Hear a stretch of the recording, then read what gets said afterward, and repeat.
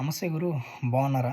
ఇవాళ మెయిను ఈ వీడియో చేయడానికి కారణం ఏంటంటే, మనం ఇండియాలో ఉన్నప్పుడు చాలా ప్లాన్ చేసుకుంటాం. మనం ఇలా మాస్టర్స్‌కెళ్ళాలి, ఇలా చదవాలి, ఇలా పార్ట్ టైమ్ చేయాలి, ఇంత జాబ్ కొట్టాలి, ఇంత సాలరీ రావాలి, ఇక్కడికెళ్ళిన వెంటనే నేను ఈ జాబ్స్ అప్లై చేస్తాను, ఈ ఫుల్ టైమ్ నేర్చుకుంటాను, ఈ కోర్స్ నేర్చుకుంటాను, ఈ స్కిల్ పెంచుకుంటాను అని చెప్పి చాలా ఐడియాస్ ఉంటాయన్నమాట.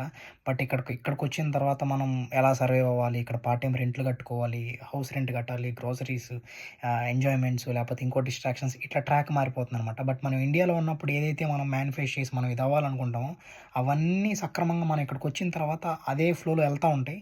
బట్ మనమైతే దాన్ని మర్చిపోయి వేరే డిస్ట్రాక్షన్స్‌కి ఎళ్ళిపోయి డబ్బులు సంపాదించడం మీదనో లేకపోతే ఇంకో దాని మీద ఎళ్ళిపోతాం. బట్ మన అల్టిమేట్ గోల్ ఒకటుంటదనమాట.